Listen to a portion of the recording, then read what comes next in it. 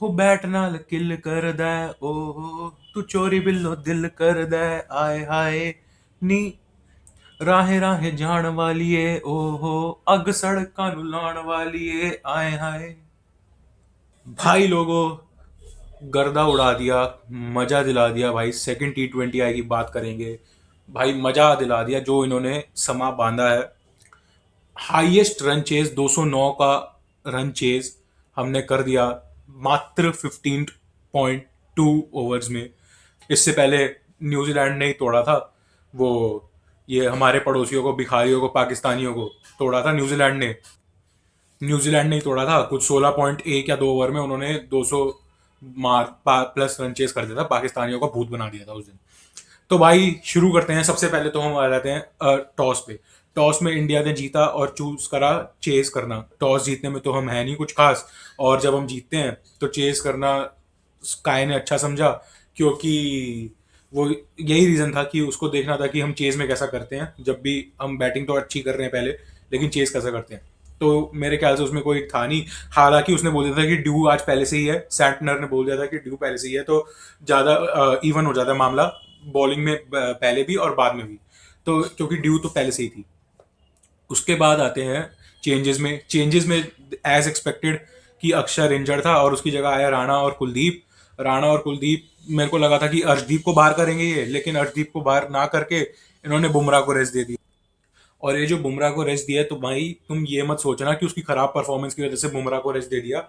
ये more of the rest ये था कि 8 नंबर पे गौतम गंभीर को बल्लेबाजी चाहिए थी, और बल्लेबाजी के लिए हर्षित राणा उस नंबर पे आया, और कुलदीप यादव इसलिए आया क्योंकि दो स्पिनर तो आपको बीच के लिए चाहिए ही होंगे।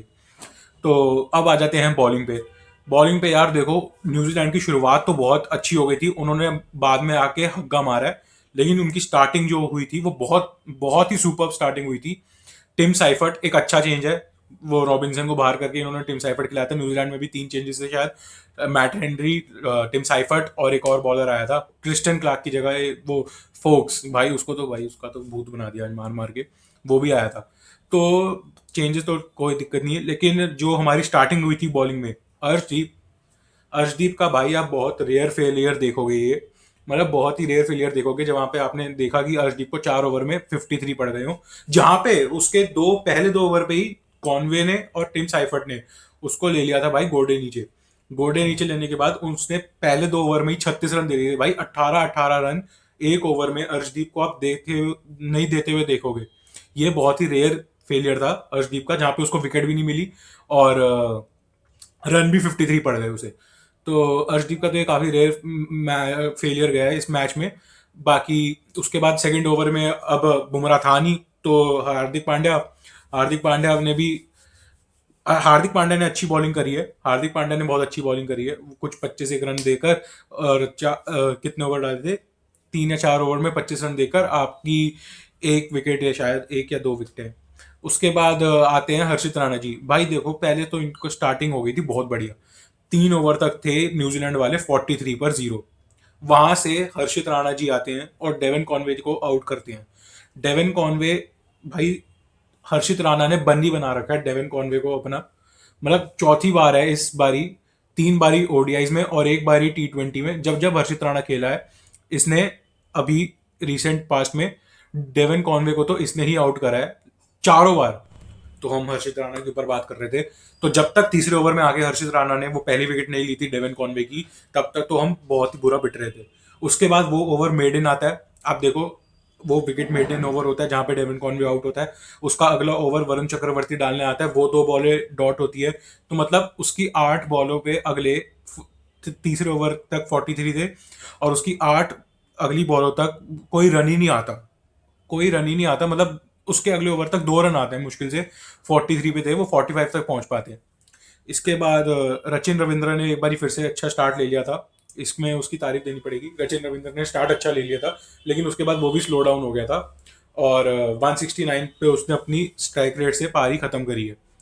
बीच में मेरे को समझ ही नहीं आ रहा कि वो ग्लेन फिलिप्स और रचिन रविंद्र की जो पार्टनरशिप हुई थी, उसने एक बारी को तो सोचा डाला था कि न्यूजीलैंड भी आज 220-25 कर लेगी, 230 तक चली जाएगी न्यूजीलैंड, लेकिन वहां पे वही हमारा स्पिनर्स का कमबैक, वरुण चक्रवर्ती और कुलदीप यादव ने ग्लेन फिलिप्स को आउट करा, और भी किसी एक को आउट करा था। वरुण चक्रवर्ती ने भी फिर विकेटें लेना शुरू करी, और फिर आपका बीच में आके खड़े हो गए चैपमैन और मिचेल सैंटनर। चैपमैन और मिचेल सैंटनर जब क्रीज पर होते हैं, तो मैंने लिख रखा है कुछ 12.2 ओवर में ये दोनों क्रीज पर होते हैं, चैपमैन और मिचेल सैंटनर। इन दोनों पे जब दोनों बंदे नए क्रीज पर आए होते हैं, तो उसके बाद हमें बस अब ये देखना था कि कैसे ये 220-25 नहीं जाए, क्योंकि इसमें से किसी एक को एंड तक खेलना पड़ता, जो कि सैंटनर खेला। सैंटनर अच्छा खेला, 27 बॉल पे 47 उसने बनाए। जो काम पिछले मैच में रिंकू ने करा, वो इस मैच में सैंटनर कर गया था न्यूजीलैंड की तरफ से, तो वो काम उन्होंने अच्छा करा। लेकिन उसके बाद भी भाई 208 तक ही पहुंच पाए, तो ये एक ब्रिलियंट हमारा कमबैक था कि 230-35 तक वो ना जा पाए, और उनको 210 तक 208 तक रिस्ट्रिक्ट कर लिया था हमारी बॉलिंग ने। मिनी कमबैक से कह सकते हो आप। अर्शदीप का तीसरा ओवर सिर्फ 4 रनों के लिए दिया था। उसके बाद राणा जी हमारे एक्टिवेट हो गए थे, देश का बेटा राणा, तो उन्होंने आखिरी 2 ओवर में तो बहुत ही ज़्यादा रन दे दिए, और फिर उसके बाद अर्शदीप के आखिरी ओवर में उसे थोड़ी सी और पिटाई बढ़ गई। अब आते हैं भाई बैटिंग में। तो बैटिंग में भाई मैं बिल्कुल सच मानूंगा, एक बार को तो फट गई थी जब सैमसन, और पहले ओवर में सैमसन और दूसरे ओवर में अभिषेक शर्मा आउट हुआ। सैमसन पहली बॉल पे ही आउट हो जाता, वो तो छक्का मारने गया था लेकिन आउट हो जाता। कॉनवे ने कैच छोड़ दी और वहां से वो उसके छक्का चला गया वो, तो आप उसका फेलियर ही काउंट करो। सैमसन के 2 फेलियर हो चुके हैं इस सीरीज में। अब भाई तीसरे मैच में डू और डाई है सैमसन के लिए, क्योंकि ईशान किशन ने एक बहुत बढ़िया पारी खेल दिया। ये जो स्टार्टिंग में गाना मैंने गाया है, वो ईशान किशन और सूर्य कुमार के लिए गाया है। भाई इतनी बढ़िया पारी, मतलब कमबैक हो तो भाई ऐसा हो। 2 साल बाद ये लड़का कमबैक कर रहा है, और इतना बेहतरीन कमबैक कर रहा है। आईपीएल कैसा भी गया हो ईशान किशन का भाई, लेकिन डोमेस्टिक उसका अच्छा गया था, जहां पर उसने झारखंड को जिताया। और ये भाई एक अच्छी, मतलब मैं इसमें एक क्रेडिट गौतम गंभीर को भी देना चाह रहा हूँ और टीम को, कि वो डोमेस्टिक को वैल्यू करा उन्होंने, और ईशान किशन की उन्होंने वापसी कराई। तो ईशान किशन के लिए तो मैं बहुत ही ज़्यादा खुश हूँ। इसके बाद आते हैं सूर्य कुमार यादव। और सूर्य कुमार यादव के भाई फाइनली शुक्र है भगवान का, पता नहीं कौन से भगवान ने मेरी दुआ दुआ सुन ली।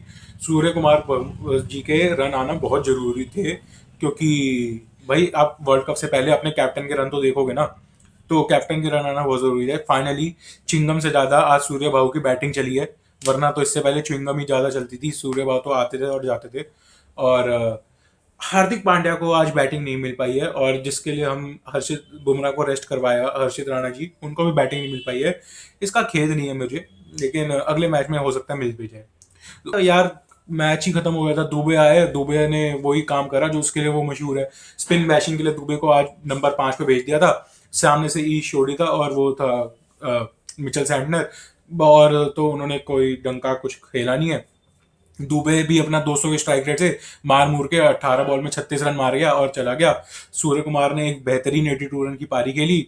ईशान किशन के लिए मैं पर्सनली बहुत खुश हूँ, उसका जो कमबैक हुआ है तो उसके लिए तो बहुत ही खुश। यहाँ पे मैं एक चीज कहना चाहूंगा, जब हमारे 6 पे 2 हुए और अभिषेक 0 पे चला गया, तो भाई फट गई थी, अंदर से फट गई थी कि 200 रन का चेज है और 6 पे 2 हो गए हैं हमारे। फिर भी आप देखो तो हमारा पावर प्ले 75 फॉर 2 गया है, और न्यूजीलैंड का गया था 64 फॉर 2। मतलब विकेटें हमने बराबरी खोई थी, और उनको तो स्टार्ट मिल गया था अच्छा, न्यूजीलैंड को तो उल्टा स्टार्ट मिल गया था अच्छा। हमारा तो स्टार्ट भी 6 पे 2 था भाई। तो आप ये देखो, अगर हमारी टीम अभिषेक के बिना इतना अच्छा चेस कर रही है ना कि 15.5 ओवर में वो 210 रन कुछ नहीं समझ रहे, तो भाई ये एक ब्लेसिंग इन डिस्गाइज है कि मतलब अभिषेक भी 0 पे आउट हो गया, और हमारी 3 नंबर और 4 नंबर भी टेस्ट हो गए इस मैच में। तो यार ये तो बहुत ही अच्छी बात है न्यूजीलैंड की तरफ से। में आप क्या ही समझ लोगे यार, न्यूजीलैंड ने बहुत ही घटिया बॉलिंग कराई। आखिरी में तो वो थक हार गए थे, जल्दी जल्दी खत्म करो और तीसरे मैच में चलो। आखिरी में तो ये सिचुएशन बन गई थी। वो उनका भाई जो नया बंदा वो लाए थे जैक फोक्स, भाई उसको तो पेल दिया भाई, उसने उसका तो भूत बना दिया भाई मार मार के उस। मुझे ये नहीं समझ में आई, जब आप मैट हेनरी ने आपके पहले ओवर में विकेट ले लिया संजू सैमसन को आउट करके, आप तीसरा ओवर जैक फोक्स को क्यों दे रहे हो? मैट हेनरी को दे दो ना, मैट हेनरी को दो भाई, उसने पहले ओवर में विकेट लिए। तुम तीसरा ओवर जैक फोक्स को दे रहे हो। जैक फोक्स आया, वो एक बॉल पे 12 रन खा के पहले ओवर में 24 रन, दूसरे ओवर में फिर 24-25 रन, तो 50 तो वो 2 ओवर में बना गया था भाई। 2 ओवर में उसने 50 रन दे दिए। अब तीसरा ओवर भी उसको दे दिया, 67 का उसका कुछ वो चला गया, पता नहीं 63-67 का गया था उसका कुछ। और भाई मतलब उसका तो भूत बना दिया ना, फिर मार मार के बात ही खत्म हो। यही था भाई आज के मैच में। I hope you like this video and subscribe to my channel. भाई मैं क्या करूं भाई, मैं क्या नाच के दिखा दूं क्या भाई, नाच के दिखाऊं क्या भाई? अब वो अगर देखना तो इंस्टाग्राम पे चले जाओ, यहाँ पे क्रिकेट ही देखने आना भाई। मैं दीवार पे सर मार दूंगा भाई, ये पीछे दीवार है भाई, पीछे दीवार पे सर मार दूंगा भाई। प्लीज प्लीज सब्सक्राइब कर।